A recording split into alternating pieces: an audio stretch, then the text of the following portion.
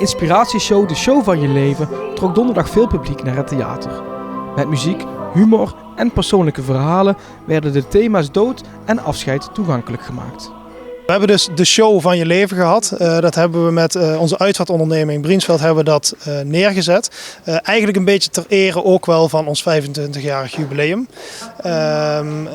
Maar ik ben gewoon continu op zoek naar hoe kan ik mensen nou op een laagdrempelige manier informeren en prikkelen om toch gewoon over de dood te praten en na te denken over je afscheid. Ja, dat hebben we met deze show willen neerzetten.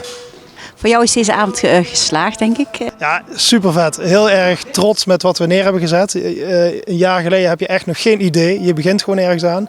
En als je dan dit resultaat hebt, ja, geweldig. Het heeft volgens mij uiteindelijk 2 uur geduurd, het programma. Maar ik heb het idee alsof het voorbij gevlogen is. En ik heb ook het idee, als ik het zo hoor bij andere mensen, dat het continu geboeid heeft. En dat komt denk ik ook wel door de afwisseling die we gehad hebben in het programma. Ik ben gewoon trots op alles wat we neer hebben gezet. Ja goed, en dat heb ik ook wel te danken aan onder meer Roy Denen als regisseur. Die heeft mij echt wel in de arm genomen over wat erbij komt kijken. We zien wel heel mooi, ja. Ik heb hier ook rust, zacht, de buurt. Mooi, ja. Heel lekker. 1 halen, 2. En zo.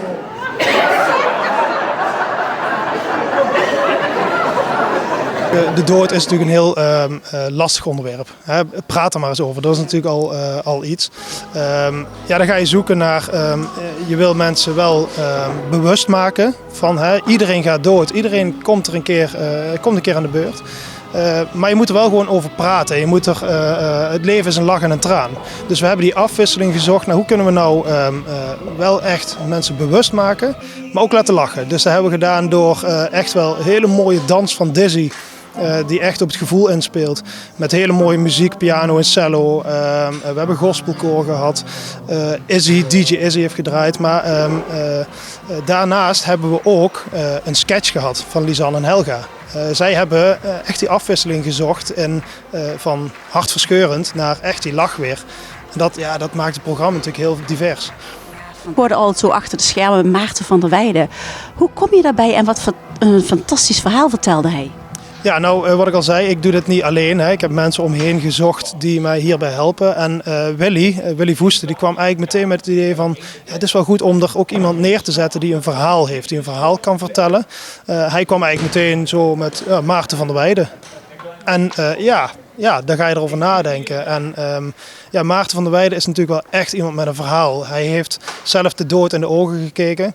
En als je dan dat op het podium hoort en je voelt dan de zaal gewoon daarin meegaan, ja, dat is natuurlijk wel fantastisch. En ook opvallend veel jongere mensen die dan in de zaal zitten. Zijn die daar dan toch meer mee bezig, denk jij? Ja, goed. Kijk, ik ben zelf natuurlijk ook jong. Ik sta nog volop in het leven. Ik denk dat het daarom de leeftijd ook wel lager is. Maar ja, geen idee waarom het dan een stuk lager is. Maar ik denk wel dat ik als jonge uitvaartondernemer, dat misschien wel iets doet. Ja. Volgend jaar misschien een vervolg of is dat nog veel te vroeg om te vragen? Nee, dat is niet te vroeg om te vragen, want ik zie hier zeker een vervolg in. Want ik denk dat het een heel mooi concept is. Alleen, we zullen dan weer moeten gaan zoeken naar hoe kunnen we het dan weer opnieuw tot een spetterende show maken. En het zal niet volgend jaar zijn, want dat gaat me wat te snel. Maar wie weet, over 2, 3, 4 jaar. Geen idee.